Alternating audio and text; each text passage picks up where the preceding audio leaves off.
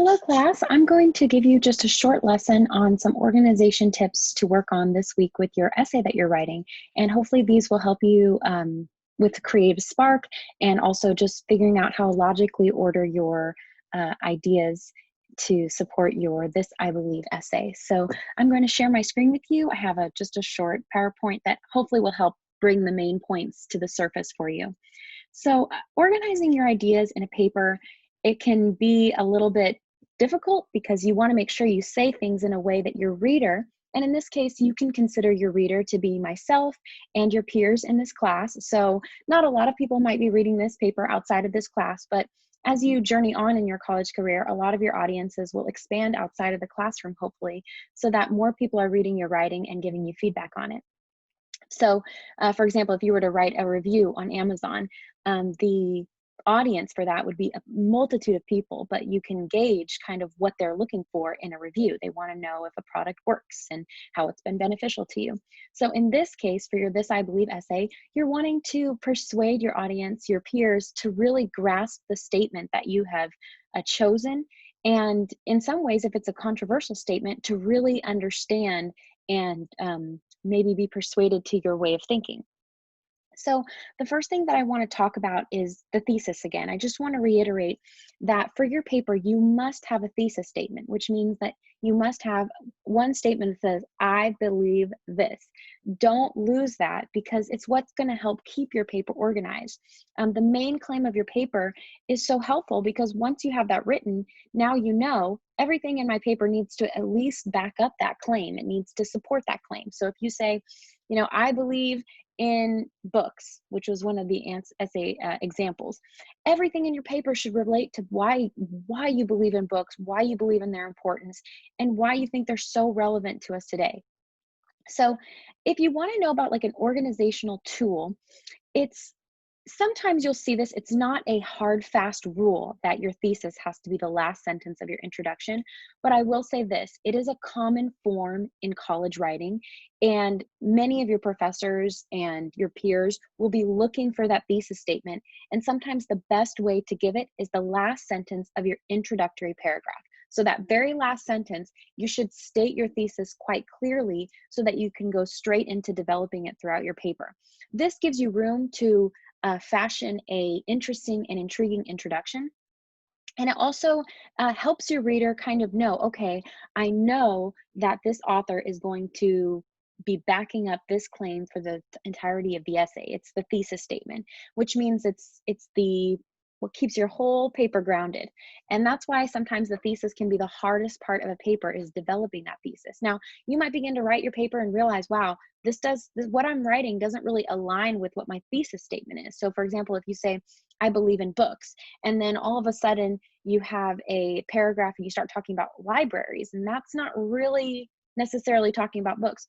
What you could do is you could go back and revise your thesis and say, I believe in books and that we should have a place to read them.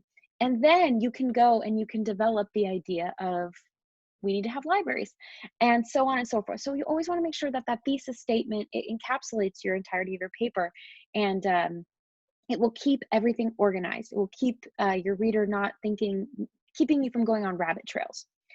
All right, next one. Your thesis statement and your topic sentences are very closely aligned. So just remember that your topic sentences always align with your thesis statement. So your first sentence of each paragraph after your introduction should align with that overall claim of your paper. You don't want a thesis statement that's just random. You also want to make sure that your topic sentences, I'm sorry, I didn't mean thesis statement, I meant topic sentences are not random. They must be related to that statement. You also want to make sure that your topic sentences are argumentative. You don't want to just say statements of fact. So for example, if you say, I believe in books, and then your topic sentence is, there are nonfiction and fiction books. That's just a statement of fact. It doesn't give us it doesn't help move your argument forward in why books, you're so passionate about them and you believe in them. So they need to be argumentative. They need to move your claim and build on it. And you don't want to start with a quote or a question. You want to use that topic sentence to let your reader know what that entire paragraph can be about. If you think about it, this is an act of empathy for your reader, right? If you think about how can I be kind to the person who's reading this essay, I want to make it easy for them to understand. I want to make sure it's outlined logically so that they can follow the line of thought and the process of building an argument. So you'll hear me say it again, but empathize with your readers. What would be easy for you to read? I think what would be easiest is where it was outlined very clearly what you are going to talk about in each paragraph. And then also, you don't want to just start out with a rhetorical question. I know sometimes that is the clever thing to do, is to make your topic sentence a question, but really that should be maybe a second or third sentence. The first sentence of your topic paragraph should be an argumentative statement that aligns with your thesis. Every topic sentence should build upon one another. It might be better if sometimes you have to restructure, like your third point might be better as your first point, and your second point might be better as your third point. That's part of building an argument. And of course, you can have multiple points to a paper. We don't have to remain in the 5-paragraph essay, right? Intro, 3 paragraphs, conclusion. I mean, that's middle school. We're talking about developing and really building an argument. Okay, I want to give you some tips. You're going to watch a video this week, just a fun video to help give you inspiration for your introductions. So the first tip that I'm going to give you is don't write your introduction. Write it at the very last part of your paper. And there are many reasons for this, because writing is a process. And as you write your paper, more ideas are going to develop just in the act of writing. And so if you write your introduction first, oftentimes it's stale. You haven't even clearly defined what you are going to write about, and then to go back and then by the time you finish writing your paper, you might be a little bit farther away from your intro. So the idea is, have your thesis statement, have your topic sentences, build your essay, write your conclusion, and then go back to your introduction, and then make it fresh, make it grab your reader, pull them in. Consider the introduction like a handshake, right? Notice the simile, right? When we meet someone for the first time, we give a handshake, or in this case, an elbow or a high five or whatever. Anything to just let them introduce them easily into your subject. Don't like whack them with a hammer or just throw out your thesis and then move into your paper, but you're introducing a subject to them. So if I was talking about, my paper was going to be about personality theory and why I believe we should study it for our benefit, I might introduce the topic by telling a story of my own experience not understanding my personality very well and how it got me into a real big pickle one time. Or perhaps you talk about the benefits of really understanding oneself and how it can really help us in what career we choose, and so on and forth. You can be creative. You're introducing the subject to your reader. You're defining terms. So if I was going to talk about personality theory, I would probably start off in the first paragraph by saying personality theory is not an exact science. We don't have it perfectly outlined. We don't know everything there is to know about it, but we can see from observation and from years of study that there are some clear personality traits that individuals own and have. You want to draw your reader in. You want to be creative. Start by stating something intriguing, like something that just might blow your mind. You might notice in the reading and responding to students' writing this week that one of the essays starts out with, "I was really hoping my parents picked up the phone because I was at the police station." Immediately you're like, "What? They're at the police station? What happened?" Right? It's a tool to bringing your writer in. I don't mind if you write in the first person, so if you say I or we, but you want to try to avoid using you. Instead, this is going to be drawn mostly from your personal experience and understanding. So tell a story. How would you normally draw someone into a story? What kind of language would you use to kind of say, "Hey, listen to what I have to say"? The same is true of your writing, and especially in essays. Remember, when it's boring to write, it's usually boring to read. And when it's fun to write, it's usually fun to read. I can tell when you've enjoyed writing your paper. I can tell when you've actually put thought and time into it. It's really not easy, because it's not easy, or it's not hard to tell. Okay. Next thing, I want to give you some maybe intro do nots. So things that really, because they've been overused, they have become stale introductions, and oftentimes we just want to fall right to sleep. So the first is, don't begin with a dictionary definition. Don't be like, Webster defines this as this. I mean, that's boring. Nobody wants to listen to that. Avoid beginning with someone else's words. Unless you're telling a story and creating the dialogue yourself, don't try to start with someone else's word. Be creative and start with your own words. Avoid beginning with a rhetorical question, which is like, a rhetorical question is just a question you pose to your reader and then you answer it right after that. But in this case, it's kind of become stale to begin with a question. I've seen people do it effectively, but more often than not, it's ineffective to start with a question.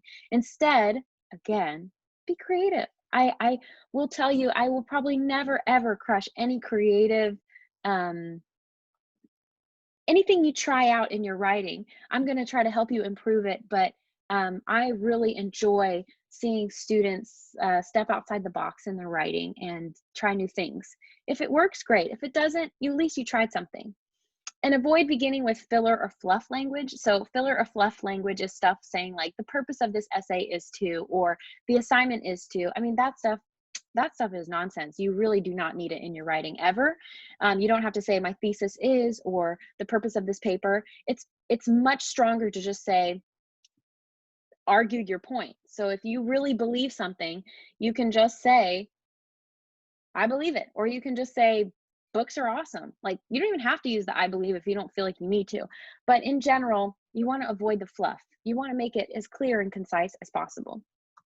Okay, conclusion principles. Okay, so the conclusion is really a wrapping up of your paper. This is overview. You know this already, but you can restate the thesis of your essay in a new way. You can mention some broader implications of your thesis statement and why you believe what you believe. You can give a final example. You can offer a prediction if you believe this statement and live out the principles of the statement you choose. End with your most important point. Suggest how readers can apply the information you have provided in their own lives or work. So let them know, like, give them some practical reasons for why you believe in what you believe. And then you can end with a bit of drama, a flourish. Have fun.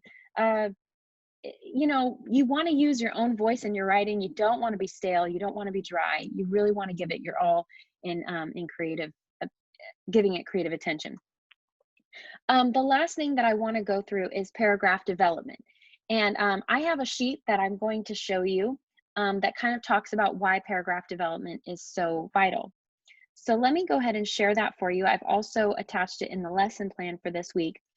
But this is on paragraph development. So you're choosing a topic, and in this case, it's a statement of what you believe. But let's just say that I believe that chocolate cake is good for breakfast. That's my thesis statement. That's what I'm arguing for. No matter what anyone's ever told me, I believe this statement. I actually don't think it's a bad idea. I love chocolate. I love chocolate cake, and breakfast is my favorite meal of the day. So this is already working out to be a good paper. But here's the principle behind it, is that paragraph development means that there are certain components to your paragraphs. You're not just free writing like you did in the initial exercise. You actually need to build your argument, build each claim. And how we do that is by giving, first off, let's say you have your thesis, which is chocolate cake is good for breakfast because it contains nutrients, or it contains nutritious ingredients necessary for sustaining an active body for the day. So this is my thesis statement. This is my overall claim for my essay. The first body paragraph is going to say chocolate cake provides the important nutrients of a traditional breakfast because it contains milk. Now that perfectly aligns with the overall statement of your paper, the thesis of your paper. The next is a statement of support where you back up this topic sentence by explaining milk is nutritious. It has calcium, and calcium assists in the development of strong bones. That is huge. Then you can provide some evidence. And in this case, because I'm not asking you to do outside research, you are going to be including an example or a personal experience. And then you comment on that example to develop your overall thought. Then you use a concluding sentence to transition into your next paragraph where you talk about eggs and why eggs are nutrients that help the body and the mind during the day. I will tell you that I received this handout in college when I was a freshman, and it has been one of the most useful handouts of my writing career, everything. Anytime I write an essay, I pull this out and I remember the format of it, and it flows so logically for us. So I'm asking you to consider and use this paragraph development in your This I Believe essay, and then I'll have an opportunity to give you some feedback on how well you're developing your paragraphs. These are just the basics that I want to review with you before we continue writing different papers, but this template will never go away. It's always a good format. Now, I'm not saying it has to be one sentence, one sentence, one sentence, one sentence. Of course, it can be multiple sentences, but if you follow that format of a topic sentence, of a sentence of support, evidence or examples for that claim, a comment, and a transition, man, you've got a well-developed paragraph. So I hope that this has been helpful for you. It's an overview, and I'm really looking forward to reading your papers this week. And I'm also going to be giving you a tutorial on peer reviews, so make sure to watch that as well. If you have any questions, please let me know.